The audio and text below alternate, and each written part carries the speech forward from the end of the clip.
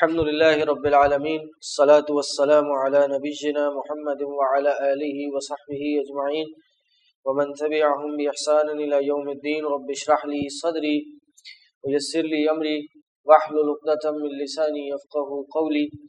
فأعوذ بالله السميع العليم من الشيطان الرجيم من حمده ونفخه ونفثه. بسم الله الرحمن الرحيم. السلام علیکم ورحمۃ اللہ وبرکاتہ. Dos and do nots of دعا. لاسٹ ویک کون کون تھا؟ آپ نے؟ ہاں، تو جلدی سے ایک ریکیپ. کیا پڑھا ہم نے؟ ہاں، 12 مسائل. پچھلی ویک ہم نے لاسٹ ویک ڈوز پہ بات کی تھی کہ دعاؤں کے بارے میں ہمیں کیا چیزوں کا اہتمام کرنا چاہیے، کن چیزوں کو میک شور کرنا چاہیے کہ یہ ہونی چاہیے. ایک تو کیا چیزیں تھیں وہ جلدی سے ریکیپ کر لیں. ہاں، سب سے پہلے اخلاص ہونا چاہیے. اخلاص کے ساتھ دعا مانگے. صحیح، اللہ کے لیے ہی دعا مانگی جائے. اور السلام. چلیے اب وہاں جا کے بیٹھ جائیے. اچھا، ابھی بابا بزی ہیں، آپ وہاں جا کے بیٹھ جائیں. نہیں ابھی یہ نہیں جائیں، وہاں جا کے بیٹھے ممی پاس جائیے.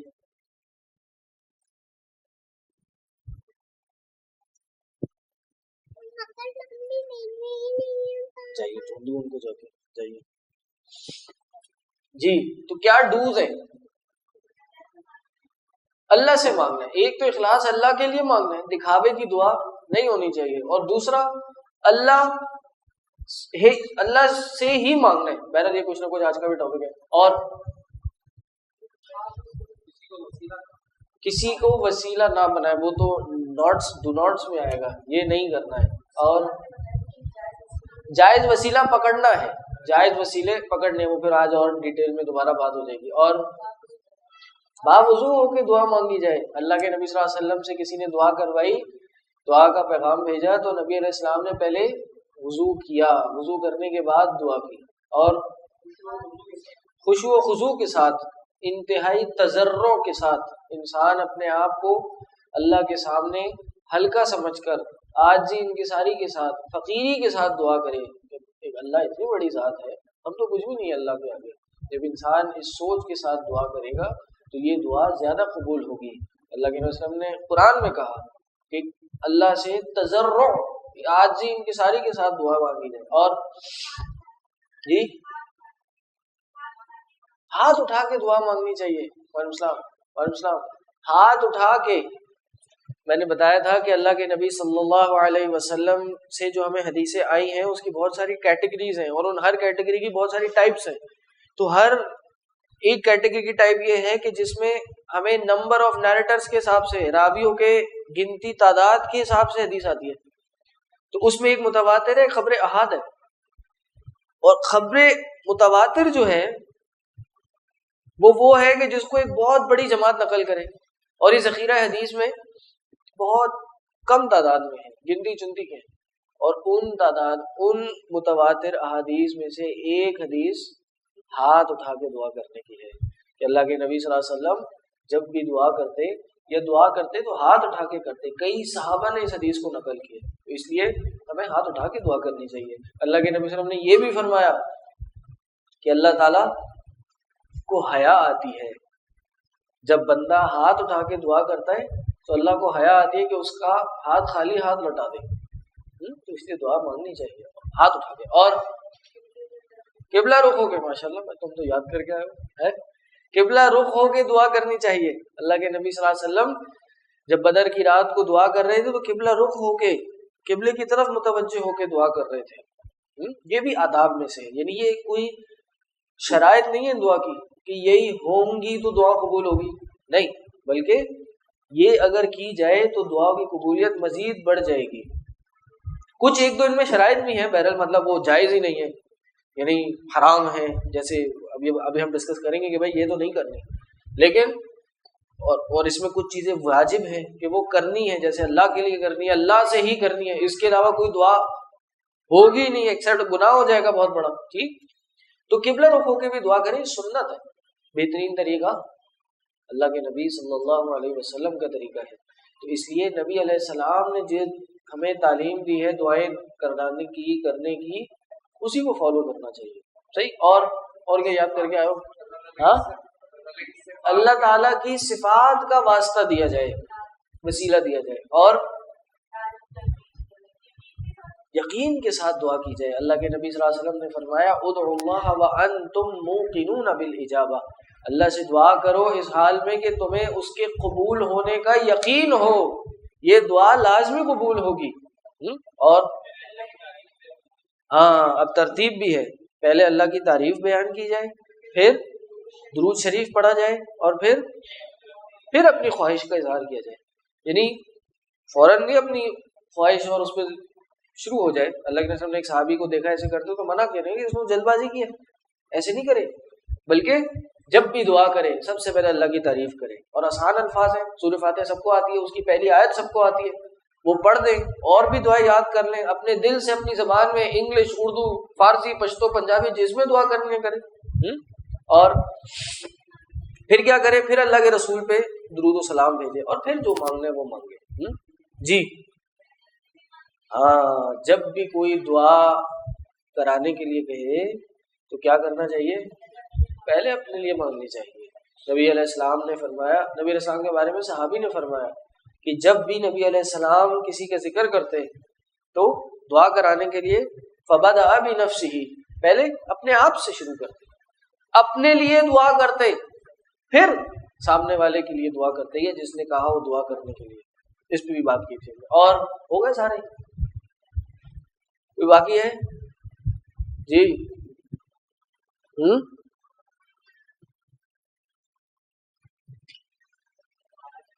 12 ہو گئے. بہرحال جتنے بھی ہو گئے الحمدللہ ایک ریکیپ ہو گیا. 2 اور دوز میں آپ لوگ کے لیے آج لے کے آیا ہوں، جو پچھلی سیشن میں، پچھلی کلاس میں ہم نے نہیں بتائے تھے. 2 اور ہیں.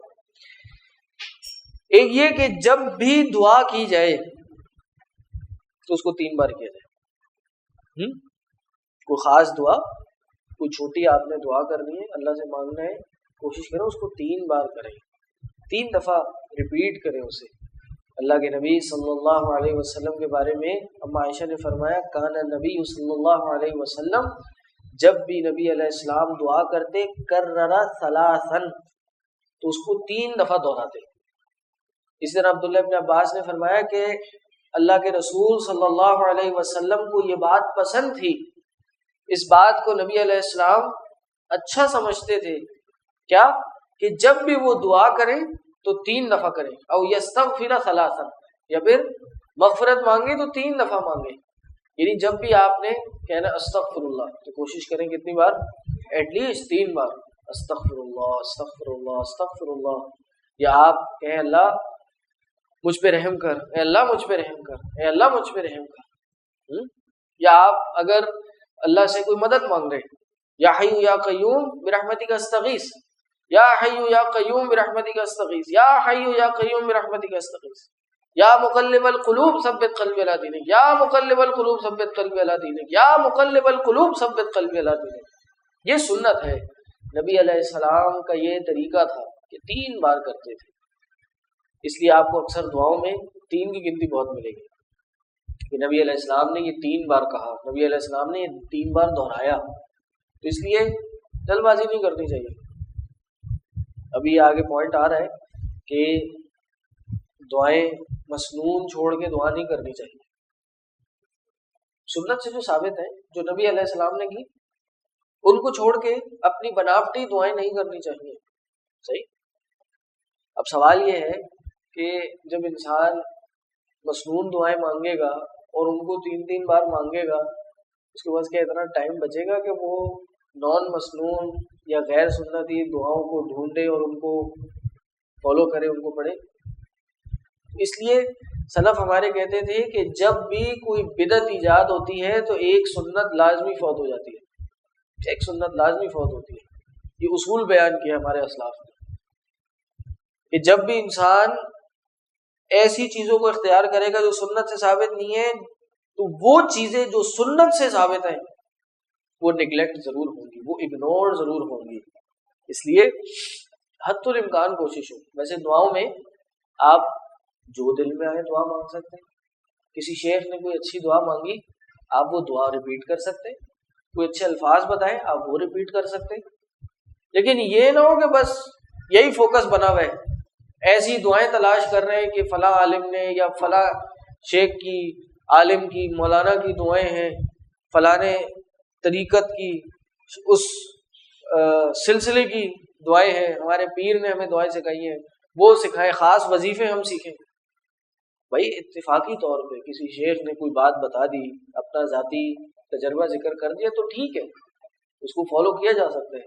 لیکن اس کو عادت بنا لینا اور اس کو اپنی لائف کا ایک پارٹ بنا لینا کہ ان کی بھی دعائیں سیکھی جائیں, ان کی بھی دعائیں, بھائی سنت کی دعائیں پہلے سیکھنی چاہیے. اگر ہم وہ فالو کریں گے تو ہمیں اور دعاؤں کے لیے ٹائم نہیں ملے گا. اور پھر جب آپ دعائیں مانگیں گے تو ان کو 3 بار بھی مانگنا ہے. اس لیے صبح شام کی دعاؤں میں بھی آپ دیکھیں گے نبی علیہ السلام نے کئی دعاؤں کے بارے میں کہا ہے کہ صبح 3 بار اس کو پڑھے, شام 3 بار پڑھے تو یہ ہوگا اور یہ نہیں ہوگا, یا 4 بار پڑھیں. صحیح, تو کوئی بھی دعا مانگی جائے تو 3 بار اس کو دہرایا جائے. ایک اور دو ہو گیا کہ یہ کرنا ہے, ایک اور ہے, اور وہ کیا ہے کسی کے ذہن میں تو پچھلی کلاس میں ذکر نہیں ہوا. ہاں وہ وقت تو ہیں, خاص دعاؤں کی قبولیت کے اوقات ہیں, وہ ہو سکتا ہے ہم اگلے سیشن میں بات کریں کہ دعاؤں کی قبولیت کے کیا اوقات ہیں, یا کن لوگوں کی دعائیں زیادہ قبول ہوتی ہیں, وہ لوگ کون ہیں کہ جن کی دعائیں اللہ زیادہ سنتا ہے, کن وقتوں میں کن اعمال کے بعد دعائیں زیادہ قبول ہوتی ہیں. جی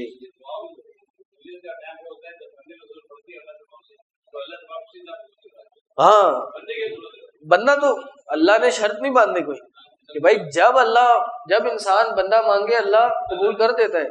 لیکن سوال یہ ہے کہ کوئی اور کیا ایسی چیزیں ہیں جو دعا کی قبولیت بڑھا دیتی ہے, ایسی کیا چیز ہے؟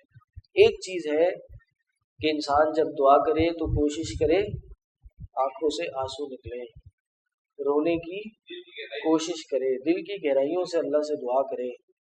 اللہ کے نبی صلی اللہ علیہ وسلم نے قرآن کی آیت تلاوت کی, حضرت عیسیٰ علیہ السلام کی دعا تھی, یا کہہ لیجیے ان کا فرمان تھا کہ وہ اپنی امت کے لیے اللہ سے دعا مانگ رہے تھے. کیا؟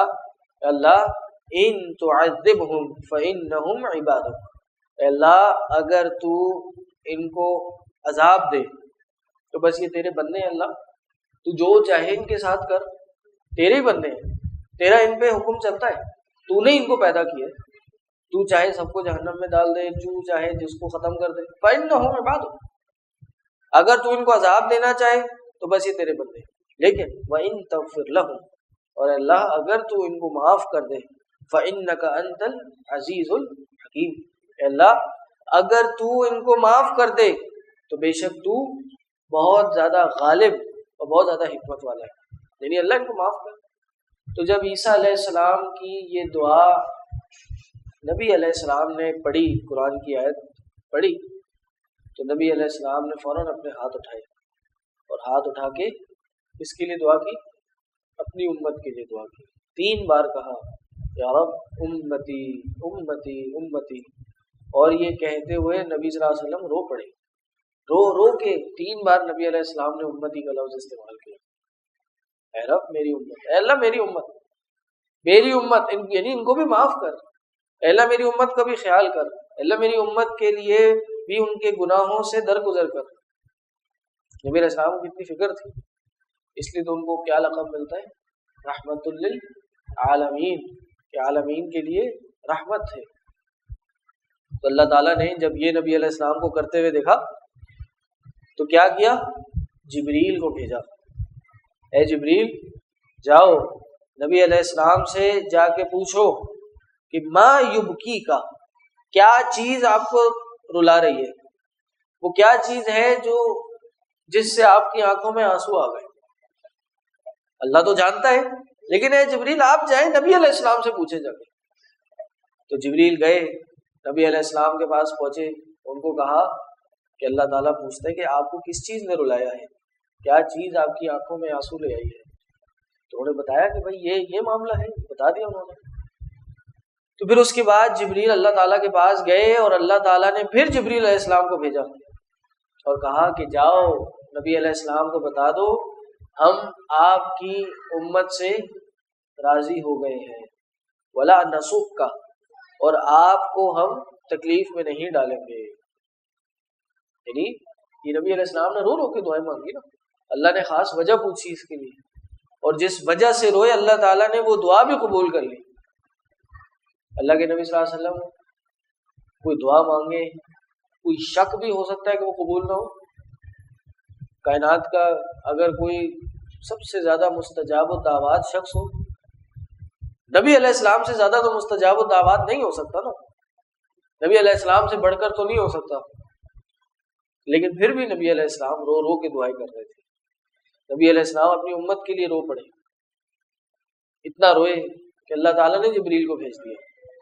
تو اس لیے دعاؤں کے ڈوز میں، دعاؤں میں مزید کیا کیا کام کرنے ہیں، ان میں دو چیزیں اور ایڈ کر لیں۔ ایک کہ جب بھی دعا کرنی ہے تو تکرار کے ساتھ دوہرا کے کرنی، بار بار دوہرا کے کرنی، اور رو کے دعا کرنی، آنسو بہانے۔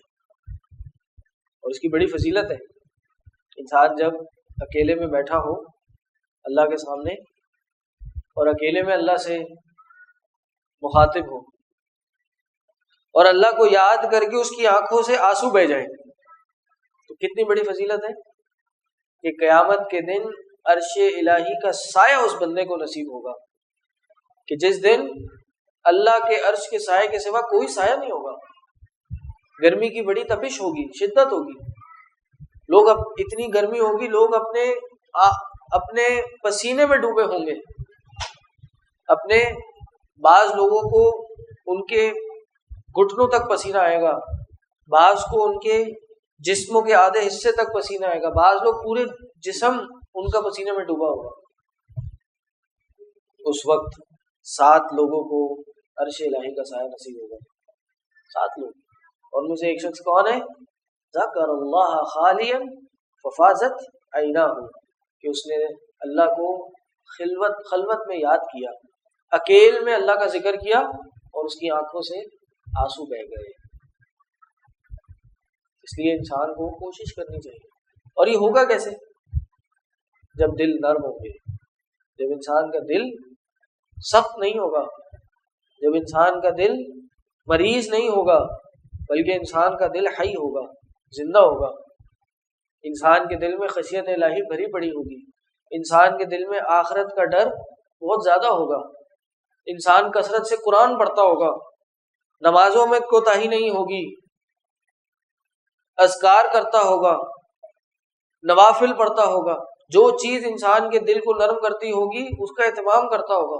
اس پہ بھی انشاءاللہ کسی دن بات کریں گے کہ کیا کیا چیز انسان کے دل کو نرم کرتی ہے، کہ وہ تو صحابہ تھے، یا آج بھی ہم دیکھتے ہیں کہ امام قرآن پڑھ رہا ہوتا ہے اور پیچھے لوگ رو رہے ہوتے ہیں، لیکن ایسا کیا ہوتا ہے کہ ہمیں رونا نہیں آتا؟ اور ہمیں رونے کے لیے کیا کرنا ہوگا، کہ اللہ کے سامنے چند آنسو بہانے کے لیے کیا کرنا ہوگا؟ اسی کم از کم ہمیں ایک نرم دل چاہیے ہوگا، اللہ کی خشیت چاہیے ہوگی، اس کو بھی سیکھنا چاہیے۔ تو یہ چیزیں کرنی چاہیے، اور کیا چیزیں نہیں کرنی چاہیے وہ میں آپ کے لیے لایا ہوں 5۔ کتنی؟ 5 چیزوں کا ہم نے خیال کرنا ہے کہ جو نہیں کرنے چاہیے۔ ان میں سے 1-2 وہ والے ہیں جو ہم نے کرنے میں بتایا تھا، اس کے اپوزٹ ہیں، لیکن یہاں بتانا ضروری اس لیے ہے کہ ان کو تو بھائی اتنا اہتمام کرنا چاہیے کہ آندھی آئے طوفان جائے یہ نہ ہو۔ اور اس میں سر فہرست نمبر 1 پوائنٹ کیا ہے کہ جب بھی دعا کی جائے اللہ کے علاوہ کسی سے بھی نہ کی جائے، چاہے حالات کتنے مشکل ہوں، چاہے مصیبتیں آزمائشیں کتنی پہاڑ بن کے کیوں نہ ٹوٹ جائیں، چاہے انسان کی زندگی میں کوئی آزمائش کوئی تکلیف جا کے نہ دے رہی ہو، لیکن انسان غیر اللہ کے آگے اپنا ہاتھ نہ اٹھائے۔ لوگ اتنے بدبخت ہیں، بد نصیب ہیں۔ کسی نے بتایا کہ ایک شخص حرم میں بیٹھا ہوا تھا۔ کہاں بیٹھا ہوا تھا؟ حرم میں، مکہ کے حرم میں۔ مکہ کے حرم میں سامنے کیا ہے؟ کعبہ ہے، کتنی مقدس جگہ ہے کہ اس جگہ پر ایک نماز اگر ایک شخص نے پڑھی کتنی نماز کا ثواب ہے؟ 1,00,000 نماز کا ثواب ہے، 1,00,000 نماز کا ثواب ہے۔ کہتے ہیں وہاں پہ ایک شخص بیٹھا ہوا تھا، سامنے کعبہ ہے، وہ یہاں بیٹھا ہے اور فون نکالتا ہے جیب سے اور اپنے گھر پاکستان لاہور میں فون کرتا ہے، کہتا ہے الحمدللہ عمرہ تو کر لیا لیکن بیٹے کی طبیعت کچھ صحیح نہیں ہے، داتا کے دربار پہ جا کے ذرا چادر چڑھا دینا اور دعا کر دینا بیٹے کی طبیعت ٹھیک ہو جائے۔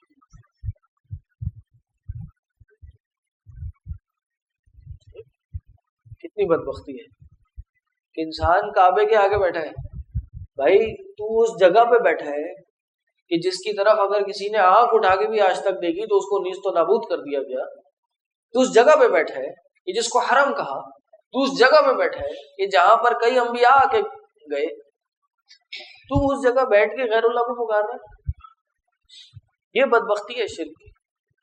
اللہ نے قرآن میں فرمایا کہ ان لوگوں کو مت پکارو یہ جو نہ تمہارے نفع کے مالک ہیں نہ تمہارے نقصان کے مالک ہیں، تم نے اگر یہ کام کیا تو تم خود اپنے نفسوں پہ ظلم کرنے والے ہو جاؤ گے۔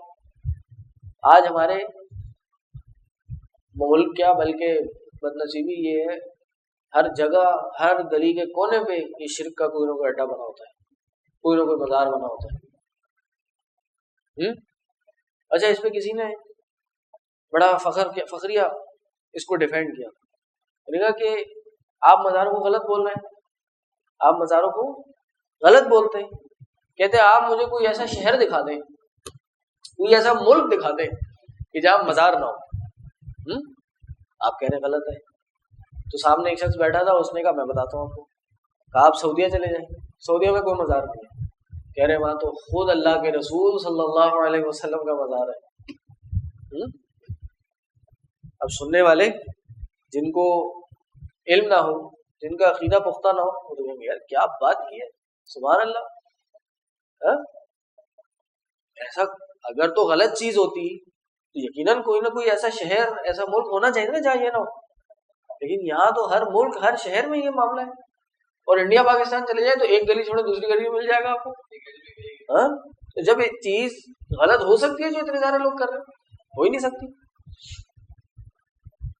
یہ اتنی بیوقوفانہ بات ہے کہ ہم ایک چیز کے بہت زیادہ ہونے کی وجہ سے ہم اس کو صحیح سمجھ رہے ہیں۔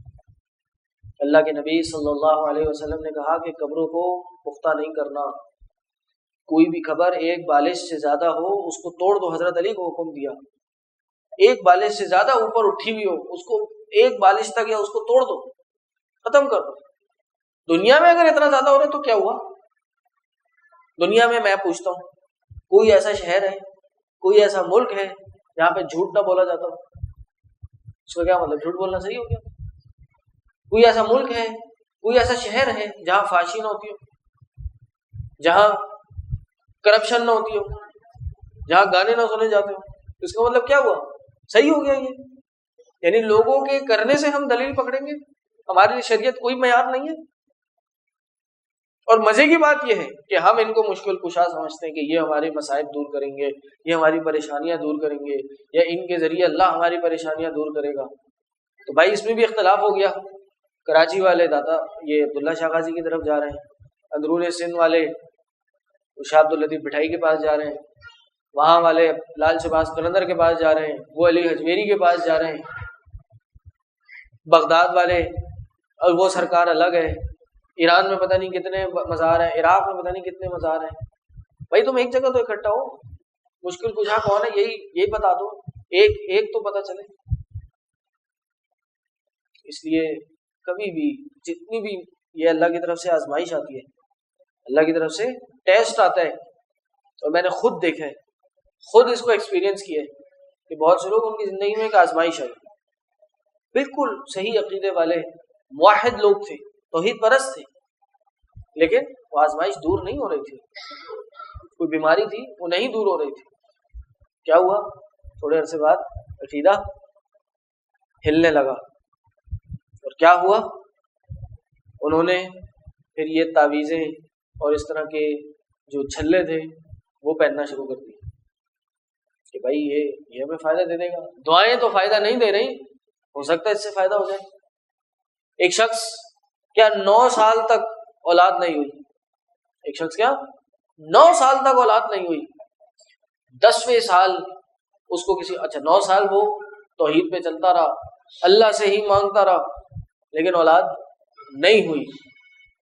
10ویں سال اس نے کسی نے اس کو مشورہ دیا, یار تم اتنی کوششیں کر چکے ہو, اتنے ڈاکٹر اسپتال کے چکر لگا چکے ہو, اتنا سال تم نے یہ مشکل جھیل لی, فلاں جگہ جا کے ہی دیکھ لو, تالا باندھ کے ہی دیکھ لو, ہو سکتا ہے تمہاری ہو جائے. فلاں چادر چڑھا کے دے لو, فلاں کے نام کی دیکھ چڑھا لو, ہو سکتا ہے تمہارا کام ہو جائے.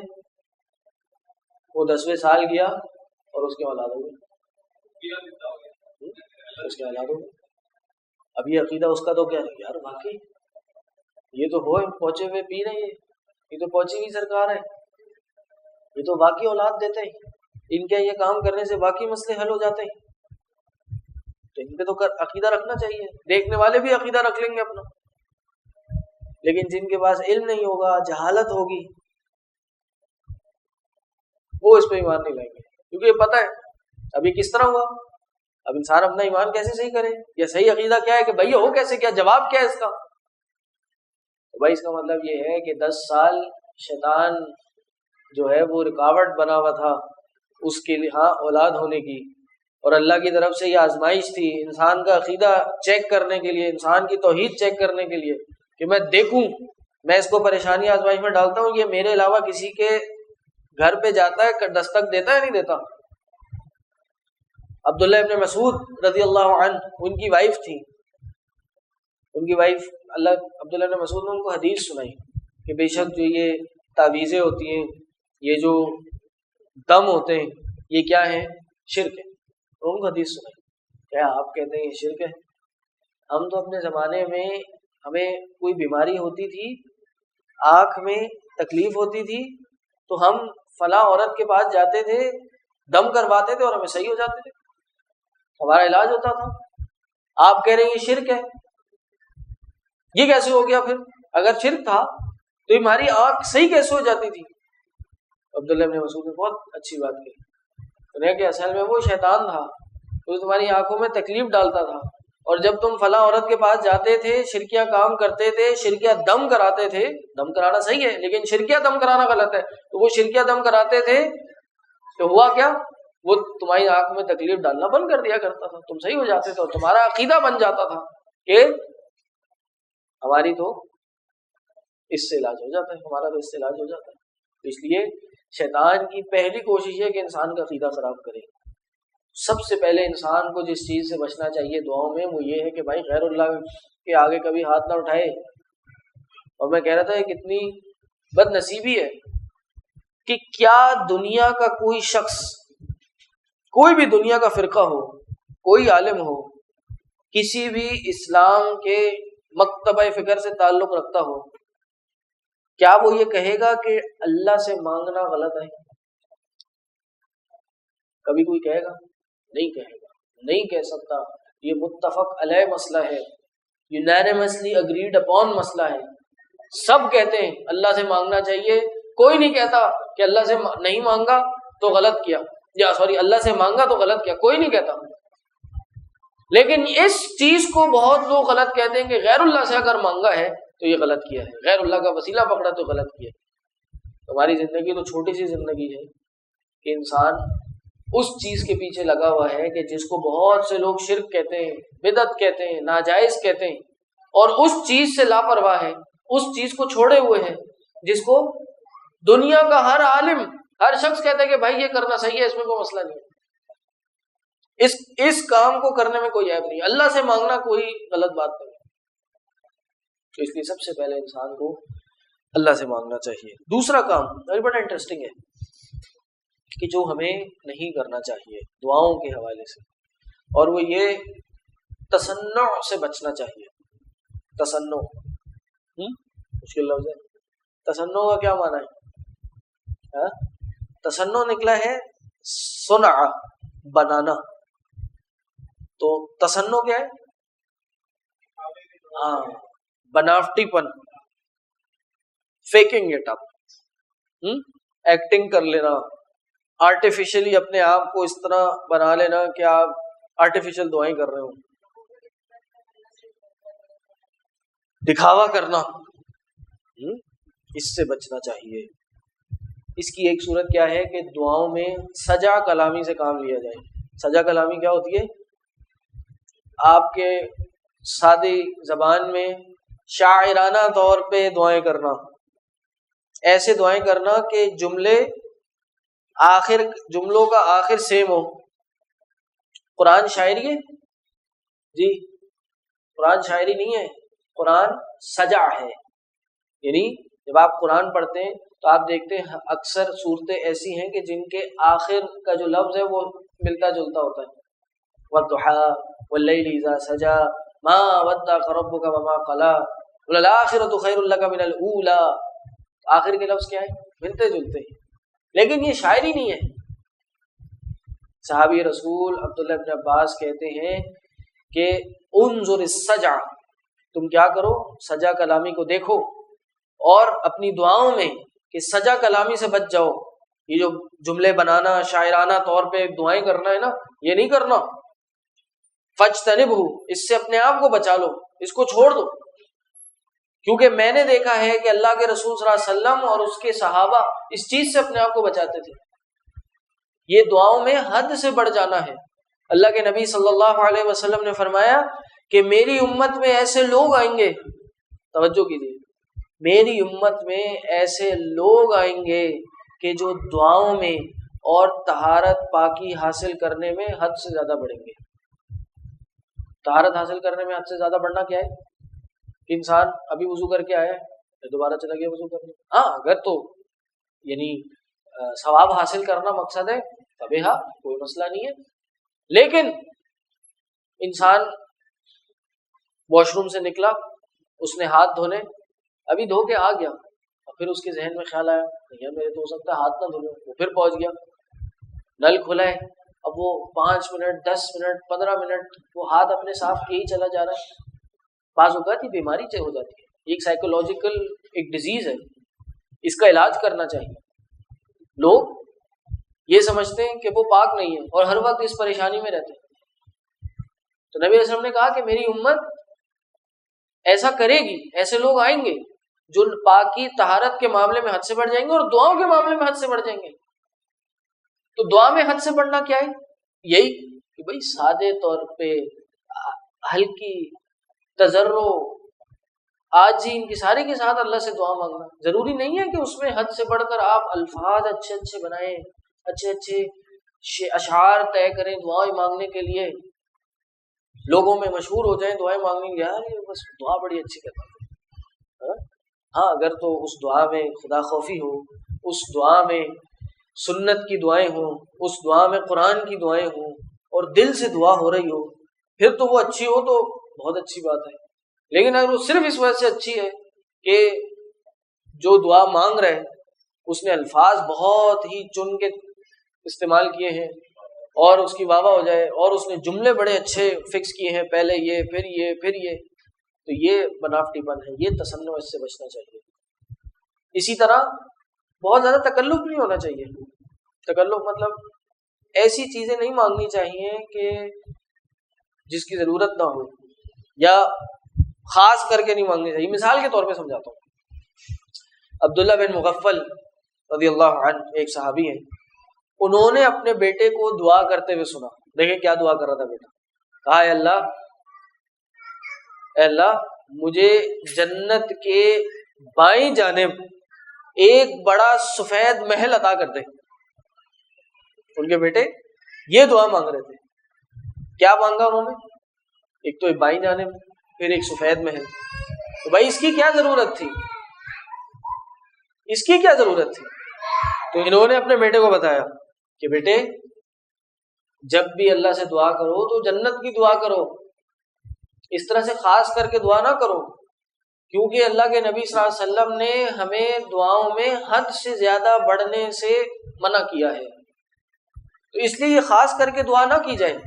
اسی طرح اس تکلف میں اور کیا ہے، تصنع میں اور کیا ہے، ایسی دعائیں کرنا کہ آپ ان دعاؤں میں انبیاء کے درجات مانگیں، کہ اللہ مجھے ابراہیم علیہ السلام کا مقام و مرتبہ عطا کر دے، اے اللہ مجھے موسیٰ علیہ السلام کا درجہ عطا کر دے، اے اللہ مجھے آدم علیہ السلام کا مرتبہ عطا کر دے، درجہ عطا کر دے، تو یہ جائز نہیں ہے، ایسا نہیں کرنا چاہیے۔ اسی طرح تسنن میں اور کیا چیز آتی ہے کہ انسان ناممکن چیزوں کی خواہش کرے، یہ بھی حد سے بڑھ جانا ہے۔ بھائی ایک چیز ممکن ہی نہیں ہے، پاسبل ہی نہیں ہے، آپ دعا کریں اے اللہ مجھے اڑنے کی صلاحیت دے دے، اے اللہ میرے اندر وہ صلاحیت دے دے کہ میں چیتے کی سپیڈ پہ دوڑنا شروع کر دوں، ہاں یہ دعا بھی نہیں کی جا سکتی۔ اسی طرح انسان اپنی جو نیچرل ڈیزائرز ہیں، خواہشات ہیں، بشری ضروریات ہیں، ان کو ختم کرنے کی بھی خواہش دعا نہ کرے کہ اللہ میرے اندر سے کھانے پینے کی ضرورت کو ختم کر دے، اے اللہ میرے اندر جو میری اللہ نے قدرتی طور پر جسمانی خواہشات رکھی ہیں، فزیکل نیڈز رکھی ہیں، اللہ وہ بھی ختم کر دے۔ یہ بھی نہیں ہو سکتا، یہ بھی نہیں مانگنی چاہیے۔ اسی طرح وہ دعائیں مانگنا، میں نے اس پہ کہا تھا، اشارہ پہلے دیا تھا کہ جو مسنون نہیں ہیں، مسنون کو چھوڑ کر غیر مسنون دعائیں کرنا، یہ بھی کیا ہے؟ یہ بھی بناوٹی پن میں سے آئے گا، حد سے بڑھ جانے میں سے آئے گا کہ بھائی جب مسنون دعائیں ہیں کسی مسئلے میں، کسی معاملے میں، سنت سے ثابت دعائیں ہیں، نبی صلی اللہ علیہ وسلم نے ان دعاؤں کی تعلیم دی ہے ہمیں، تو بھائی ان کو فالو کرنا چاہیے، ان کو زیادہ سے زیادہ اپنی دعاؤں کا حصہ بنانا چاہیے۔ یہ نہیں کہ ان کو چھوڑ کر ہم دوسروں کی بنائی ہوئی غیر مسنون دعاؤں کو فالو کرنا شروع کریں اور ان کو ماننا شروع کریں۔ تو اللہ کے نبی صلی اللہ علیہ وسلم نے کہا کہ حد سے زیادہ بڑھ جانے سے انسان کو بچ جانا چاہیے۔ اسی طرح دعاؤں میں اپنی آپ پر بد دعا کرنا، اپنے بچوں پر بد دعا کرنا، اپنے مال پر بد دعا کرنا، یہ بھی جائز نہیں ہے۔ اللہ کے نبی صلی اللہ علیہ وسلم نے فرمایا لا تدعوا علی انفسکم، اپنے آپ پہ بد دعا نہ کرو، ولا اولادکم، نہ اپنی اولاد پہ بد دعا کرو، ولا اموالکم، اور نہ اپنے اموال پہ بد دعا کرو، کیونکہ ہو سکتا ہے کہ انسان پہ کوئی ایسا وقت ہو جو قبولیت کا وقت ہو، جس میں اللہ سے سوال کیا جائے اور اللہ اس کو قبول کرے، انسان کو عطا کر دے۔ ہو سکتا ہے ایسا کوئی وقت ہو، تو انسان اگر کوئی بد دعا کرے اور وہ قبول ہو جائے تو بھائی ایسی دعا نہ کرے۔ اور اگر بد دعا کرنی ہی ہے اپنے بچوں پہ اور اپنے آپ پر، تو ایسی بد دعا کریں جو انسان کو فائدہ بھی دے۔ آپ کہیں گے کیسے؟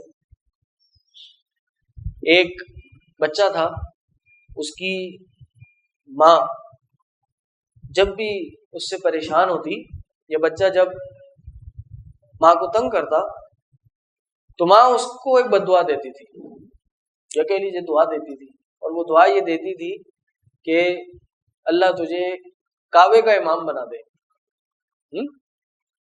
تو جب بھی وہ بچہ آ کے ماں کو تنگ کرتا، پریشان کرتا، تو وہ ماں بیٹے کو دعا دیتی یا بد دعا دیتی، دعائی تھی بہرحال، کہ اللہ تجھے کعبے کا امام بنا دے، اللہ تجھے کعبے کا امام بنا دے۔ لیکن پھر کیا ہوا؟ قبولیت کی کوئی نہ کوئی گھڑی آ گئی تھی کہ اللہ تعالیٰ نے اس شخص کو کعبے کا واقعی امام بنا دیا، اور یہ امام کا نام تھا شیخ کلبانی۔ امام نہیں، سدیس کے بارے میں یہ مشہور ہے، یہ واقعہ یہ مشہور ہے جو میں نے سنا ہے، لیکن یہ کلبانی کے بارے میں نے جو کسی عالم سے سنا تھا وہ کلبانی کے بارے میں تھا۔ لیکن اگر کسی بھی امام کے بارے میں، مقصد تو بیان کرنا ہے، مقصد تو ہمارا اس سے نصیحت حاصل کرنا ہے کہ اگر اس سدیس کے بارے میں بھی کہی اور کلبانی کو بھی یہ دعا دی تو وہ دعا قبول ہوئی۔ تو اگر بد دعا ہی دینی اپنے بچوں کو تو بھائی ایسی بد دعا دے دیں۔ میں اپنی وائف سے ڈسکس کر رہا تھا تو انہوں نے کہا کہ یہ بد دعا تو پھر میں بھی دیتی ہوں، مجھے بچے بہت تنگ کرتے ہیں۔ میں نے کہا بالکل، لیکن اس کے ساتھ ساتھ اور بھی بد دعا دو، یا بلکہ اس کے بجائے یہ بد دعا دو کہ اللہ تمہارے بچے کو یا بچی کو وقت کا امام بنائے، محدث بنائے، صرف امام کعبہ نہ بنائے، شیخ بن باز بنائے، شیخ عثیمین، شیخ البانی بنائے، کہ یہ وہ لوگ ہیں کہ جنہوں نے اس دنیا میں، اس علم کی دنیا میں، اس صدی میں ایک انقلاب لایا ہے۔ یہ وہ لوگ ہیں کہ جن کے ہزاروں لاکھوں میں شاگرد ہیں۔ یہ وہ لوگ ہیں کہ دنیا کا شاید ہی کوئی قرآن و سنت پہ چلنے والا مدرسہ ہو جس میں ان کی کتاب نہ پڑھائی جاتی ہو. دنیا کا شاید ہی کوئی ایسا مکتبہ ہو، کوئی ایسی لائبریری ہو کہ جس میں شیخ البانی کی حدیث پہ حکم لگائی ہوئی کوئی کتاب موجود نہ ہو. دنیا کا کوئی ایسا کتاب و سنت پہ چلنے والا، عربی بولنے سمجھنے والا طالب علم ہو جس کو ان کے نام نہ پتا ہو، جس نے کبھی ان کے فتوے نہ پڑھے ہوں، جس نے کبھی ان کی کوئی کتاب کا کوئی حصہ نہ پڑھو. ایسا ہو نہیں سکتا. تو ایسی بددعا دینی چاہیے، اپنے آپ کو بھی دینی چاہیے. اپنے آپ کے لیے بددعا کہ یہ دعا کرنی چاہیے کہ اللہ ہم سے دین کا کام لے لے، اللہ ہمیں عالم دین بنا دے، اللہ ہمیں محدث بنا دے، اللہ ہمیں وہ مقام دے دے کہ اللہ کہ ہم اس دنیا سے جب جائیں تو ہمارے لیے ایک جم غفیر طلبہ علم ہمارے لیے صدقہ جاریہ کے طور پہ موجود ہوں. اور اللہ یہ ہم خالص تیرے لیے کریں، یہ سب عطا کر تو اخلاص بھی عطا کر، یہ اس میں ہمیں دکھاوے سے بھی بچا لے. ایسا نہ ہو کام تو بہت بڑے بڑے کر کے جائیں، فالوورز تو بہت زیادہ ہو جائیں، لیکن سب وائٹ واش ہو جائے، سب فارغ ہو جائے. کیوں؟ کیونکہ یہی دکھاوے کے لیے تھا. تو اس لیے اپنے بھی بد دعا نہیں کرنی چاہیے. تیسرا ڈو ناٹ کیا ہے؟ پہلا ڈو ناٹ کیا تھا؟ کیا نہیں کرنا ہے دعاؤں میں؟ غیر اللہ سے نہیں مانگنا ہے، غیر اللہ کے آگے کبھی ہاتھ نہیں اٹھانا ہے. نمبر 2، تصنع سے اجتناب ہونا چاہیے، دکھاوے سے، فیکنگ اٹ اپ، اس سے بھی اجتناب ہونا چاہیے، یہ بھی نہیں کرنا ہے. تیسرا، اپنے مال، اپنی اولاد اور اپنے لیے بد دعا نہیں کرنی چاہیے. یہ نہیں کرنا تو ستیہ ناش جائے تیرا، تو برباد ہو، تو ہلاک ہو، بیڑا غرق ہو تیرا، اللہ تو مجھے اٹھا لے، اللہ موت دے دے. یہ تو واضح صراحت ہے حدیث میں کہ جی اپنے لیے موت کی دعا نہیں کرنی چاہیے. اکثر یہ گاؤں دیہاتی لوگ ایسا کام کرتے ہیں، یہ نہیں کرنا چاہیے. چوتھی چیز، جلد بازی نہیں کرنی چاہیے دعا کرنے میں. اللہ کے نبی صلی اللہ علیہ وسلم نے فرمایا بندے کی دعا قبول ہوتی رہتی ہے، بندے کی دعا قبول ہوتی رہتی ہے جب تک وہ قطع رحمی نہیں کرتا، گناہ نہیں کرتا اور جلد بازی نہیں کرتا. لازمی اس کی دعا قبول ہوتی ہے. اگر جلد بازی کرے گا کہ اللہ میں نے ابھی مانگی اور بس میں ٹائم گھڑی دیکھ رہا ہوں، دعا قبول ہوئی نہیں ہوئی، اللہ 10 منٹ ہو گئے، دعا کیوں نہیں قبول ہو رہی؟ نہیں، یہ طرز نہیں ہونا چاہیے. ٹائم دے، وہ رائٹ مومنٹ، وہ رائٹ ڈے، وہ رائٹ ٹائم کا ویٹ کریں کہ جب آپ کے لیے اس دعا کا قبول ہونا آئیڈیل ٹائم ہو، تب وہ قبول ہوگی، اللہ تب وہ پورا کرے گا. میں نے پچھلی دفعہ مثال دی تھی کہ حضرت ابراہیم نے ایک نبی کی دعا کی تھی. کس نبی کی تھی؟ کس رسول کی تھی؟ اللہ کے نبی صلی اللہ علیہ وسلم کے لیے دعا کی تھی. اللہ وابعث فیہم رسولا، اللہ میری اس ذریت میں ایک رسول بھیج، یتلو علیہم آیاتک، جو کیا کریں ان لوگوں پر تیری آیتیں پڑھ پڑھ کے سنا دیں. اور پھر آگے پوری دعائیں. وہ دعا کب قبول ہوئی؟ وہ سینکڑوں سال بعد جا کے قبول ہوئی، کیونکہ وہ صحیح وقت تھا اس دعا کے قبول ہونے کا، وہ رائٹ ٹائم تھا، وہ رائٹ مومنٹ تھا اس دعا کے قبول ہونے کا. اللہ کو پتا ہے ہمارے لیے کب کیا چیز صحیح ہے، اللہ جانتا ہے کہ ہمارے لیے کون سا وقت ہمارے کام کے لیے صحیح ہے. ہم سمجھ رہے ہوتے ہیں اللہ ہماری سن نہیں رہا، اللہ ہماری دعا نہیں سن رہا، اللہ ہماری پکار نہیں سن رہا، اللہ ہماری دعاؤں کو قبول نہیں کر رہا. اصل میں وہ اس لیے نہیں کر رہا ہوتا ہے کہ وہ ہمارے لیے اس وقت بہتر نہیں ہوتی، وہ اس وقت ہمارے لیے فائدہ مند نہیں ہوتی. بہت بار ایسے ہوتا ہے کہ تم کوئی چیز کو ناپسند کر رہے ہوتے ہو اور وہ تمہارے لیے بہت اچھی ہوتی ہے، تمہارے لیے اس میں خیر ہوتی ہے. ایسا نہیں ہے کہ اللہ پوری نہیں کر رہا تو اللہ ہماری سن نہیں رہا. ہمارا کام کیا ہے؟ ہم کنسسٹنٹ رہیں، اپنی دعاؤں میں کنسسٹنٹ رہیں. دعا مانگیں، بار بار مانگیں، کثرت سے مانگیں، کنسسٹنٹلی استقامت کے ساتھ دعا مانگیں، پھر انشاءاللہ اللہ چاہے گا تو قبول ہوگی، بالکل ہوگی. اور اگر اس دنیا میں نہ بھی ہو، آخرت میں تو دنیا میں اگر قبول ہوتی تو اس سے کئی زیادہ بڑا صلہ اور ثواب اور اجر آخرت میں مل جائے گا. اگر وہ دعا دنیا میں قبول ہوتی تو اس سے زیادہ ثواب اجر وہاں پہ مل جائے گا. کہ انسان خواہش کرے گا دنیا کی شاید میری کوئی دعائیں قبول نہیں ہوئی ہوتی. تو چوتھا کیا تھا؟ کہ انسان جلد بازی نہ کرے. اور پانچواں، ناجائز وسیلوں سے اپنے آپ کو بچا لے. ہماری عموماً کہا جاتا ہے کہ میں دعا کر رہا ہوں اے اللہ مجھے یہ چیز اپنے نبی کے صدقے سے دے دے، اے اللہ تیرے نبی کے حق سے یا فلاں بزرگ کے حق سے صدقے سے مجھے یہ چیز عطا کر دے۔ یہ جائز نہیں ہے، بلکہ یہ شرک اکبر کفر کی طرف انسان کو لے جاتا ہے۔ یہ چیز دین اسلام میں ثابت نہیں ہے، اور ہر وہ چیز جو کتاب و سنت سے ثابت نہ ہو کیا ہے؟ بدعت ہے۔ من عمل عملا لیس علیہ امرنا فہو رد، جو بھی کوئی ایسا کام کرے جس پہ ہمارا حکم نہ ہو وہ مردود ہے، ناجائز ہے کبھی بھی انسان کو۔ اور اگر کسی قبر میں جا کے کرے تو یہ تو شرک کے اکبر ہو جائے گا، یا سفارش کرے کہ بھائی اللہ کا جا کے ہماری سفارش کرو، تو یہ بھی شرک کے اکبر ہے، انسان دار اسلام سے خارج ہو سکتا ہے۔ کیونکہ مشرکین مکہ ہی یہی والا شرک کرتے تھے، مشرکین مکہ کا شرک ہی یہی تھا کہ وہ اپنے بتوں کو، اپنے جو مورتیاں تھیں ان کا ان کے ساتھ یہ عقیدہ تھا کہ یہ ہمیں اللہ کے ہاں ہمارے سفارشی ہیں، ہؤلاء شفعاؤنا عند اللہ لیقربونا الی اللہ زلفی، یہ ہمیں اللہ کے قریب کریں گے، قریب کرنا ہے۔ تو اس لیے ان چیزوں سے بھی انسان کو بچنا چاہیے، اگر وسیلے، بلکہ وسیلے تلاش کرنے چاہیے، لیکن کون سے وسیلے؟ جائز وسیلے 3 طرح کے جائز وسیلے ہیں، اس کے علاوہ جو وسیلہ ہے ناجائز ہے۔ نمبر 1 اپنے نیک اعمال کا وسیلہ دینا، اے اللہ میں نے فلاں نیک کام کیا تھا، فلاں ثواب کا تیرے لیے میں نے اللہ کام کیا تھا، اے اللہ اس کام کے صدقے، اے اللہ اس کام کے وسیلے اللہ تو مجھے یہ میری خواہش پوری کر دے۔ سنت سے ثابت ہے، یہ بخاری مسلم کی روایات ہے۔ اور اللہ کی صفت کا کوئی واسطہ دینا، اے اللہ تو تو سب کو کھلانے والا ہے، اے اللہ تو تو پیدا کرنے والا ہے، اے اللہ تو مالک ہے، اے اللہ تو خالق ہے، رازق ہے، اے اللہ میں تیرے ہر صفت کا سوال کرتا ہوں، اللہ میں تیرے ہر اسم سے تجھ سے یہ دعا مانگتا ہوں، اے اللہ ہر نام کا تجھے واسطہ دیتا ہوں، ہر نام کا وسیلہ پکڑتا ہوں۔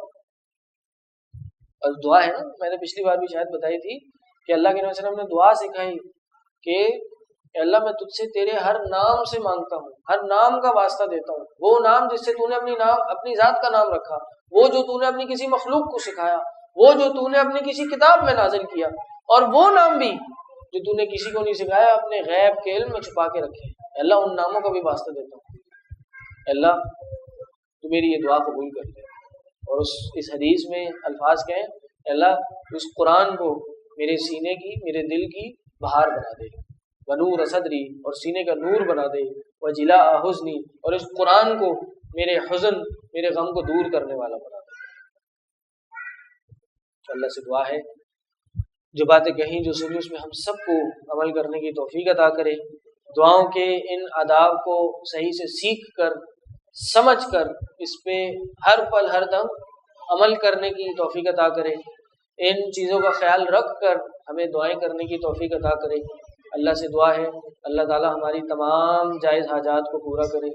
اللہ سے دعا ہے اللہ تعالیٰ ہمارے ملک میں جو یہ اتنی بڑی آفت آئی ہوئی ہے، ہر کونے میں یہ سیلاب، بارشوں کی وجہ سے ہر کونے میں تباہی آئی ہوئی ہے، اللہ تعالیٰ جلد سے جلد اس کو ختم کر دے۔ اللہ تعالیٰ جو لوگ اس سے متاثر ہوئے ہیں ان کی مدد فرمائے، ان کی نصرت فرمائے، ہم لوگوں کا حصہ شامل کروائے کہ ہم ان لوگوں کی کچھ نہ کچھ مدد کر سکیں۔ ہمارے بھائی جو بھی پریشان ہیں، محتاج ہیں، اللہ تعالیٰ ان کی پریشانیوں کو دور کرے، اللہ ان کی محتاجیوں کو دور کرے۔ اللہ تعالیٰ ان ایسے واقعات سے ہمیں نصیحت اور عبرت پکڑنے کی توفیق عطا کرے۔